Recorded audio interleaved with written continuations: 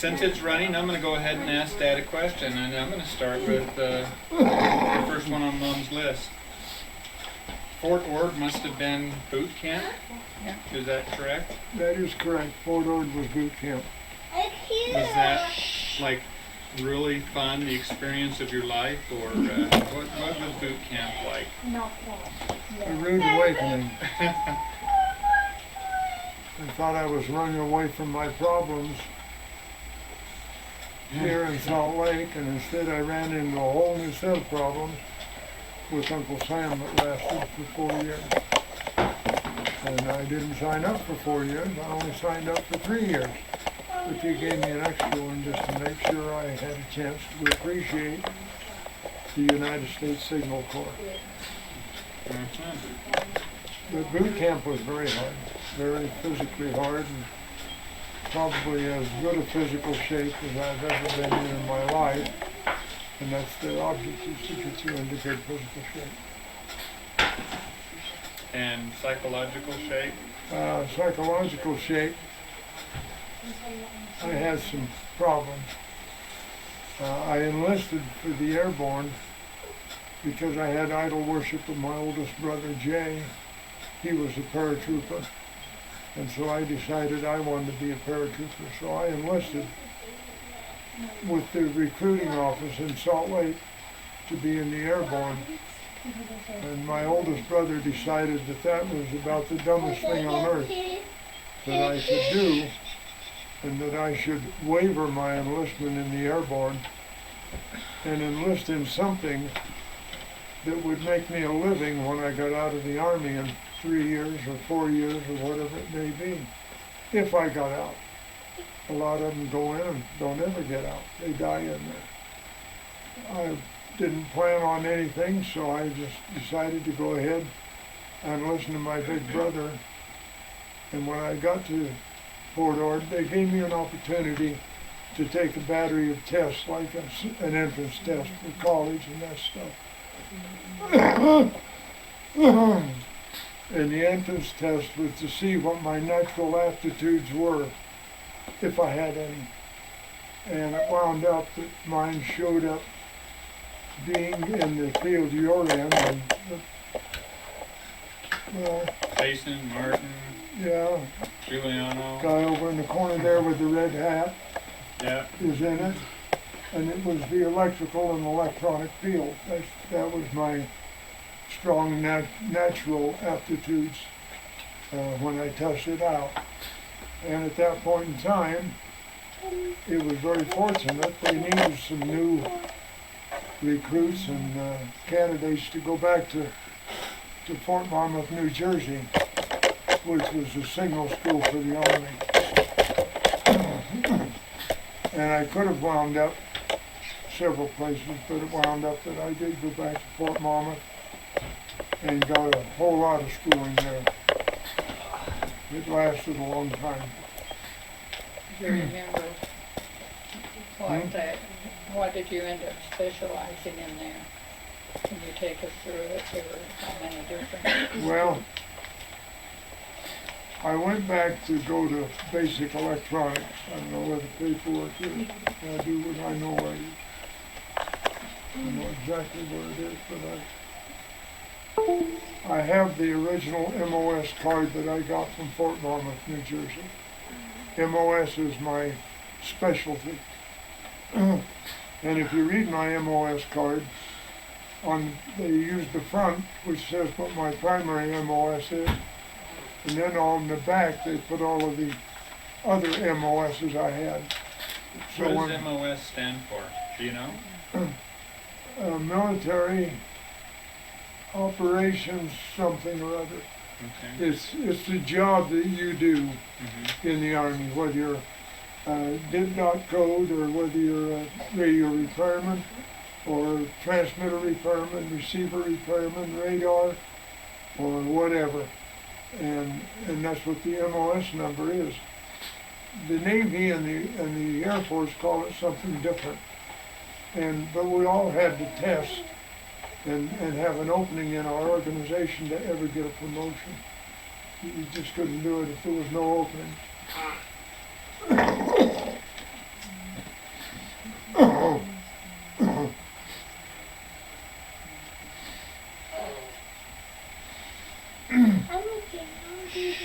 So anyway, my MOS wound up being a 3649. It's a 4-digit MOS. Hey Brian, in there in my desk, there's a black folder that snaps shut, leather, and it's got a bunch of passports in it and stuff. If you can see it, it could be in the little door on the left-hand side or anywhere up above. If you see it, would you bring it in to me, please? I thought that thing had been vanished forever. Believe it or not, I carried it with me all the way through my service, from the time I left Fort Monmouth, New Jersey, until I got discharged, because Karma finally found it when we were packing to come back here. My MOS card finally showed up, so that was 54 years later. Wow. And where it sat for that 54 years, I'm not sure, but it went a lot of miles. I know that for sure. Well, looking at the group that's here right now, you're the only one that has been in the military.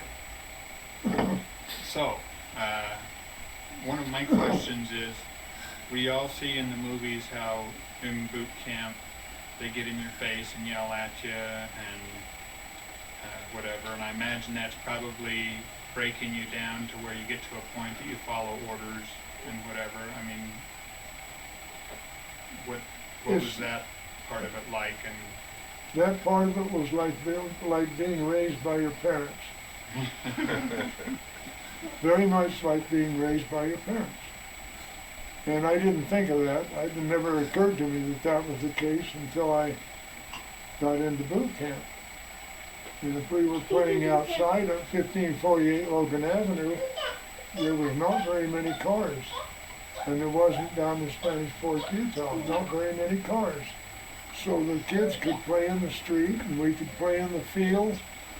But when Mom called us, and she called any one of us, we answered. We had to answer. Because if we didn't, Dad was out looking for us or somebody bigger. Because that was accountability. So it was a whistle, it was a name, it was whatever they called to get that particular child to respond. Well, in the Army, it's the same thing. If they say attention, they want you to be in a particular state of mind and physical state of body. They want you to be at attention. So they break you down, that's it. They break you down first, and then they decide to try and take you and build you back up.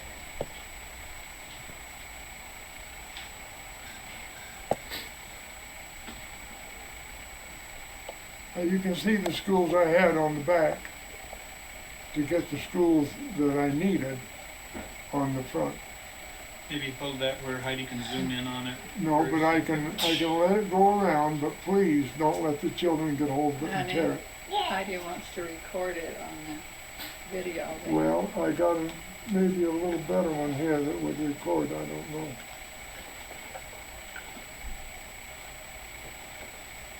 And the turn around and record the back. So is boot camp the worst part of the military? Does it get better after that? Yes. Yes. As far as I was concerned, by the time I got here to Fort Monmouth, I was very, very much wiser than I was when I enlisted. And I sincerely wanted to learn something that would benefit me in life, as far as spending the time. So I was very happy with Fort Monmouth. It was a good school. I was taught by some very, very good people, some very knowledgeable people. This, incidentally, is a history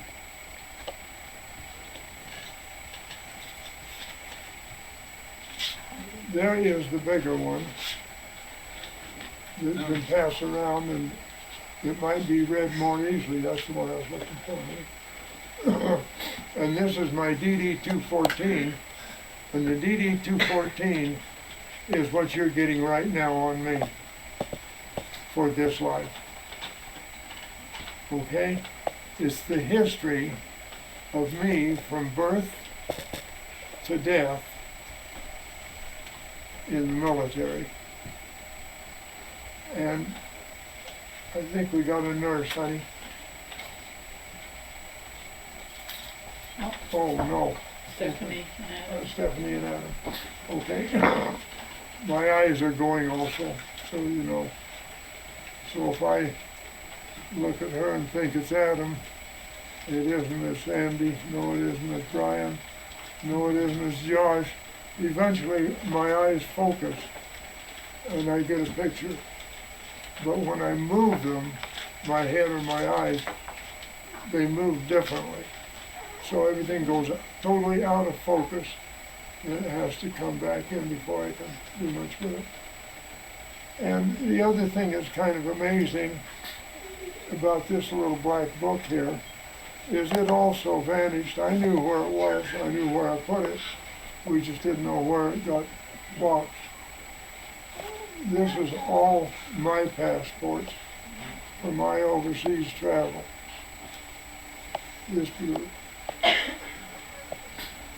And I've always kept them in this same place, so I knew where to find them. Ho, ho, ho.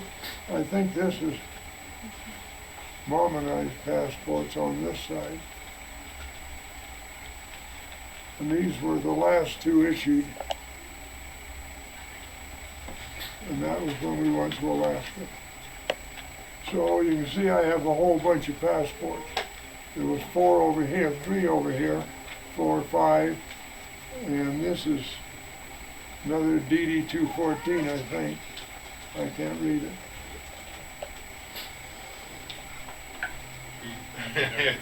If it's any consolation, Dad, I can't read either one of the DD14s. And he has And I his got glasses five. on. I got 5 focals. I certainly can't read it either. Yeah. There's that one back. The others are going around. Yeah. I can't. It's kind of close to reading. But anyway, in order for me to become a stupid 3649, which is a multi-channel microwave radio relay repairman, I had to take all the classes on the back. So when I say that I had 5 MOSs, I was, what they on the back say is radio electronics, part 1, which is electronics, not electricity, but electronics. That would have been vacuum tubes and so on, and theory of tubes and all that crap. And that was what was known as radio receivers. And then when I took 3649, that was applied electronics. No, it wasn't. That 3649 was transmitters. And they don't have it on here. But they have a 952, which is radar. And then they have a multi-channel microwave. And then they have radio relay equipment. So I took all those classes before I was eligible to take the class for the multi-channel microwave. And the interesting thing about it is that I never worked in microwaves. Since I've been out of the service, I've used the knowledge, and the knowledge is fundamental to all of the field. And if you have the knowledge, my suspicion is that you're going to be competitive in all of the fields. I don't know what I got tucked back down in there, but I'm going to give up. But anyway, this is the second, probably most important group of documents that there is, and that's, as you can see, is a real full little thing, and you can pass it around and look at it. But it's got airline tickets, passports, and everything else available. And I carried that during all of my civilian travels, not in the Army, but after I got out. Now, did I answer your question, Brett, about the Army? The idea was to take you as a young man, impressionable, and strip you down to bare bones, which I am now, and then they build you back up the way they want you built back up so that you respond to commands. Stop, start, go, attention, and so on. And that's absolutely essential for your survival if you're in a combat zone. Now, it may not be essential sitting in an office somewhere in a rear area, but it is in a combat zone. And so it is like being raised by mom and dad as a child.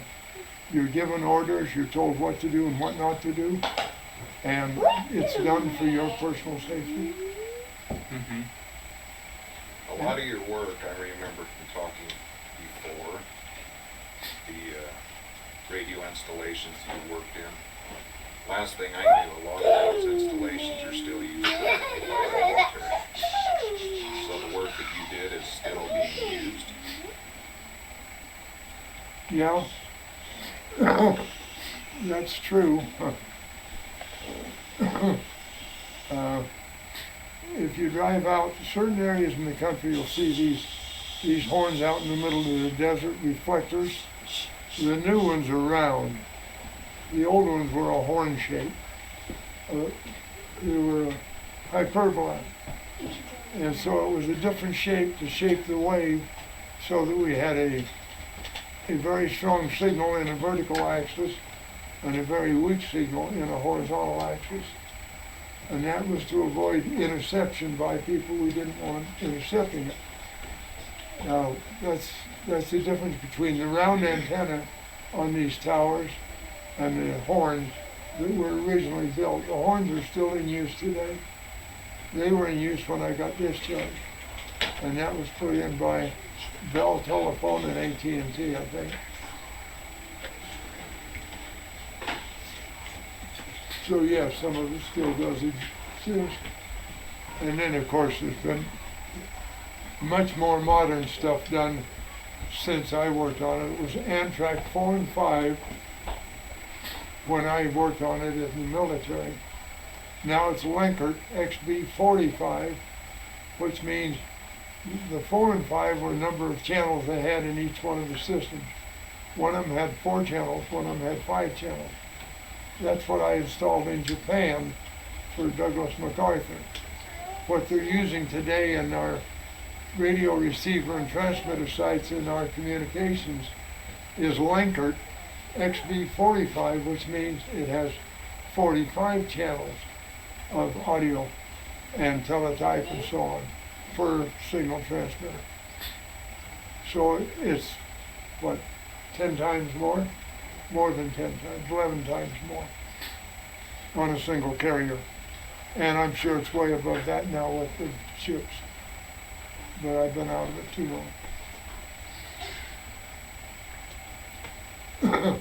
One of the things that has stood the test of time, I don't know whether Brett remembers, I'm sure he remembers working with me at Kennecott, but probably not fondly. Probably not what? Fondly. Oh, no, I enjoyed working with you at Kennecott. I made a stipulation. They wanted me to be an instrumentation superintendent for one of the smelters, not the one that's working now, but the one before that. It was called the Naranda smelter. And I told them, the people in charge, that I would do that if I could have my own expediter. I wanted my expediter, period. And it was him. And he was you were out of high school then, weren't you, Brett? You graduated? Yeah. From Rock Springs? Yep. So he was legal to get on the mine site, and I wanted to get him his first look at heavy industrial out in the field. So they agreed to it, and he did one hell of a job for me.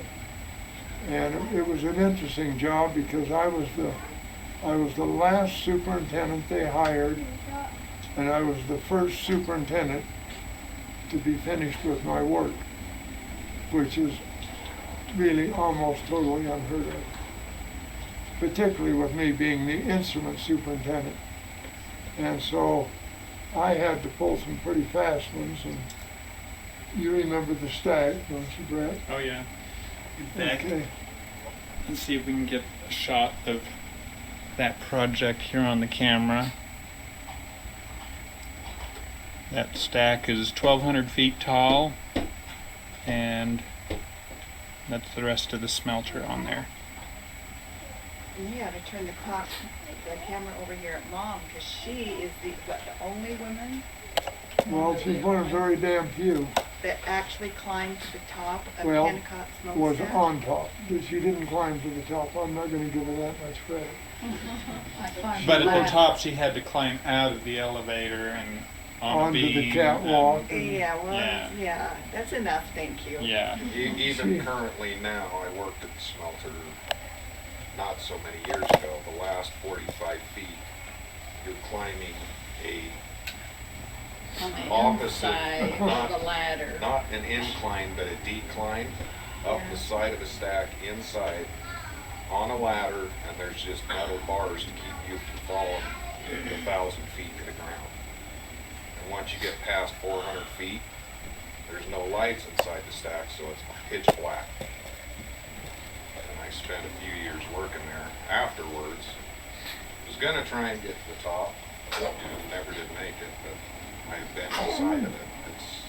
It's interesting. They wanted to tear the stack down when we built this new smelter. And it's on a register, and it cannot be destroyed. Yeah, it's a historic site now, isn't it? That's Well, right. from what I was told working out there, the FAA uses it as a navigation point for their aircraft for Salt Lake International Airport. Oh, so That's it's the major. reason it can't be torn down, is because they have the lighting on it, Strobe and the lights. pilots can get a reference point. If there's low cover in the valleys, the stack sticks up above the clouds. Oh, So it gives them a reference point as to where they're at in the valley. Well, another thing, the rebar in the bottom of that stack is that big around. That's the steel rebar to hold the stack together to its base. So is it all concrete? It's the Reinforced world's, Concrete and steel. Was it poured? Or It was poured. Was it poured down below and stacked up? One It was piece. poured. One piece? One continuous pour. The Well, form It's a would actually monolithic crawl pour. up on the stack as it was curing underneath. They'd crawl it up and pour the next part, cure That it, is and so crawl it up. awesome. And if you sit and look at the stack from a distance, you can see where they had to pull out side panels and close the circumference in. The circumference at the base is 385 feet. The circumference at the top is 35 feet. The piece of PVC plastic, or what we call the FRP flue, going in the bottom is exactly the same size as comes out the top. And you can sit on the highway, pull off the road, sit on the highway, and see the pipe that runs over there and see how big it looks on the bottom going into the north side of the stack, because you can see it from the roadway. And then look up and see how small it looks coming out the top. So it's like 36 feet in circumference. 35 going feet in diameter. and going up. yeah, the tube going in and going up. Will you tell them where they got the concrete from? Well, every bit of concrete in the state of Utah was tied up during the pouring of the base and the stack because it was a continuous pour. They couldn't have any cold seams in it. So it meant it had to be continuously wet concrete all the way to the top. So every U-Haul concrete truck in the state of Utah was tied up. Is that cushion available, honey? It's, the cushion's on that one of the chair right behind you, Julie. Oh, this?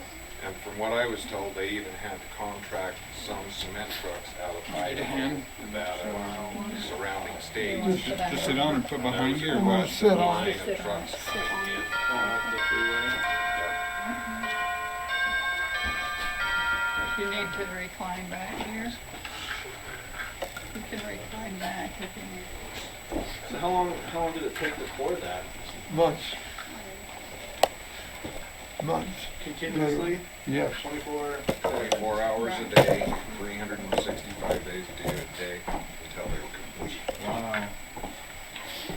When it's curing, chemical reaction causes a lot of heat and it would cause the concrete to boil. So in the base of the stack, there's actually pipes for cooling the concrete as it's going through its process.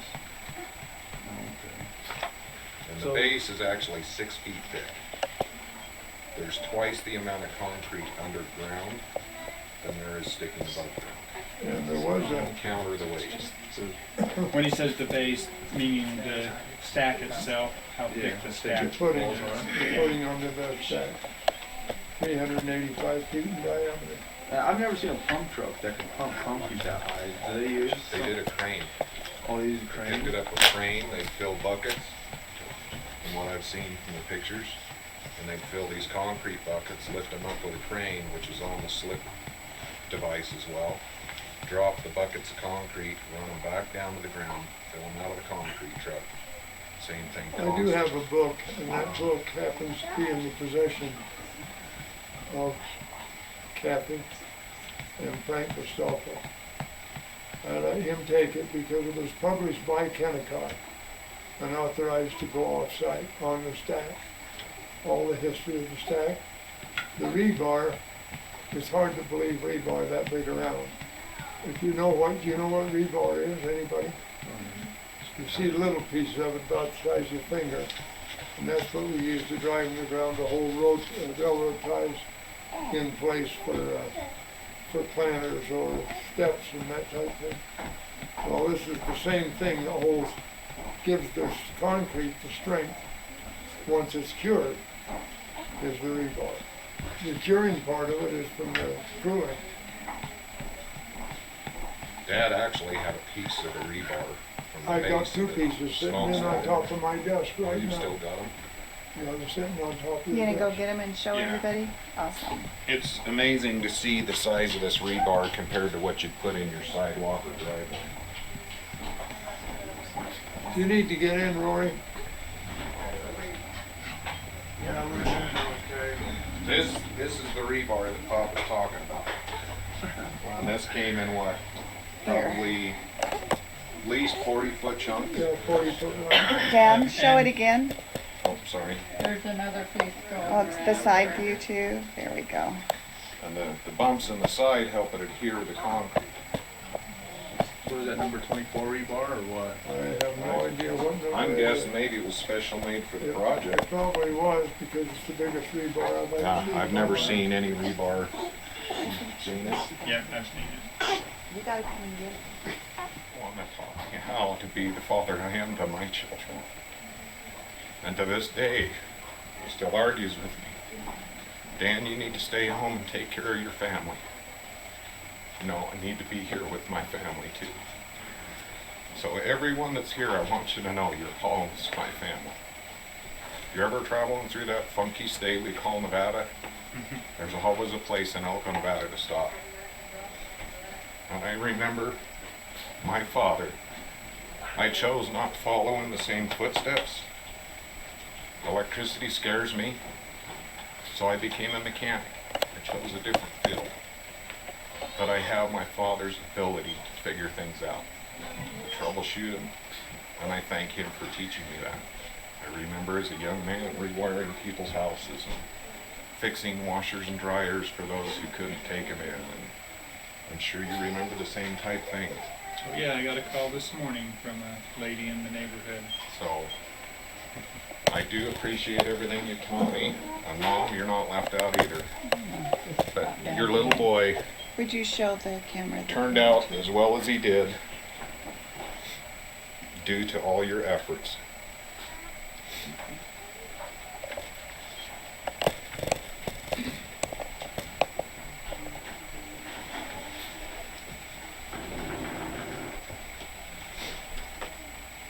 Yeah. Okay, we got another question or two? we've kind of skipped Skipped around a around. little bit. Let's skip to Japan. Okay. How- You landed, or well, you went to Itajima first. Can you tell them what you were doing in Itajima? I landed at a repo depot, a replacement depot for the entire Far East Command. That was where headquarters was, East Army headquarters. It was in Tokyo, Japan, when I got over there. And that was General Douglas MacArthur's headquarters. So when I got there, I got into a repo depot, and the people saw my little funny card from Fort Lauderdale and thought maybe that was a Walt Disney card from Disneyland or some damn thing. Nobody knew what I was. Nobody knew what I did, and nobody knew why. And nobody knew why I was there. And I didn't know. I was supposed to get a delay in route so I could get married here before I went overseas. And I got to Salt Lake, and then I got War Department orders that said, you will be at Suisun Fairfield Air Force Base in Northern California on such and such a date to catch an airplane. So my sweetheart and her best friend drove me from Salt Lake City. That was after you got out of the military here. Was it? Yeah. Okay, I'm way ahead of myself. Well, anyway, I had War Department orders to fly from here to Japan to the repo depot. So naturally, I obeyed the orders, and we did not get married, and we did fly to Japan.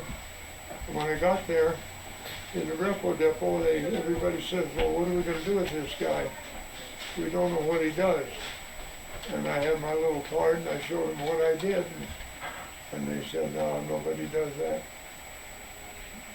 We don't have those. We don't have those. And that was the multi-channel microwave.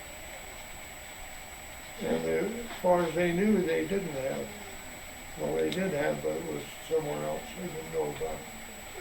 But anyway, they sent me down to teach school. And where they sent me to teach school was the Japanese Naval Academy for years and years and years. And it was on the island of Itajima, which was just off Hiroshima, where we dropped the atomic bomb. So every day that I was there, I could look across the bay of Itajima and see Hiroshima and the devastation that was reached by that one atomic bomb. And it was unbelievable. Come on in, Kenneth. So, how long after the atomic bomb was this? Was it a matter of months or years, or? I went over to Japan in 1949, right? Oh, 49. 49. And the war with Japan ended with the atomic bombs, Nagasaki and Hiroshima. Prior to that by about 5 years. Mm-hmm. I think it was in 45. Wasn't it in 45? So maybe 4 years, possibly. Somewhere in that vicinity, 4 or 5 years. So it had had a chance to cool down from the atomic radiation. It was not an open city. We were not permitted to go into Hiroshima or Nagasaki even as military personnel. And they could tell us where we could go and where we couldn't go, believe me. But we were not permitted in the city because of radioactivity.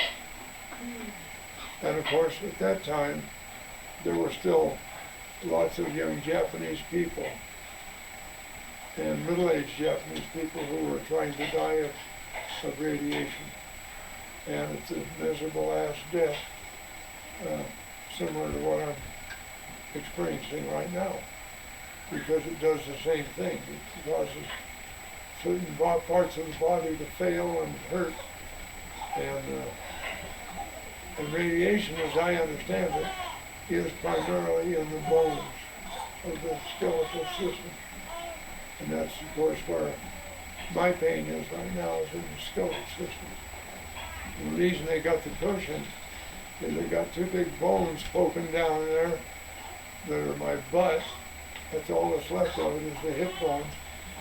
And I sit on those for a certain period of time, and it feels like it's on fire, it's burning. And that's the effects of the cancer in the bone itself, which is, I'm sure, a little different than radiation, but I don't think it feels much different. So anyway, we were not permitted to go over, but we were permitted to visit other areas in the general vicinity. I don't remember of ever getting any telephoto pictures of either one of the sites that were bombed. I might have, but I don't know at this point. We probably don't need to go into too much detail on your military because there is many letters in there that would really have a full for history. my grandchildren. Yeah, they might have to be bleeped. Yeah.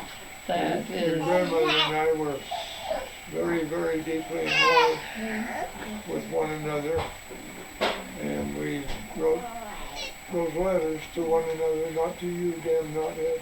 Because to be honest about you, I didn't think there was going to be that many of them. But anyway, when you read them, know that they were written with love. And I mean that sincerely.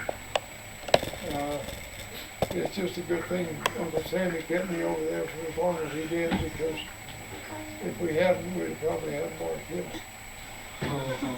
Might have made it to a dozen, huh? We could very well have. can you tell them what your responsibility was when you went to Korea? Just Well, in a nutshell. when I was teaching real quick at Iwo Jima, I was teaching VHF radio systems, very high frequency radio receivers and transmitters. And they used a little thing known as a Yagi Array.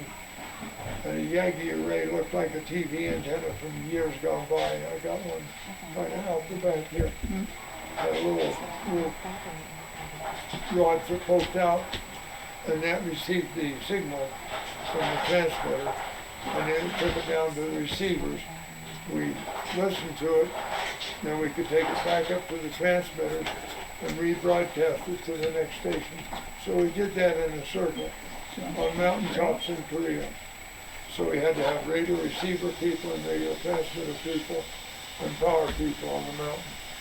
And so that was what I taught in Iwo Jima. Then when I went to Korea,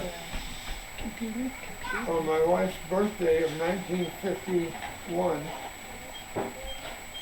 I think, yeah, it was my wife's birthday of 1951, I went to Korea.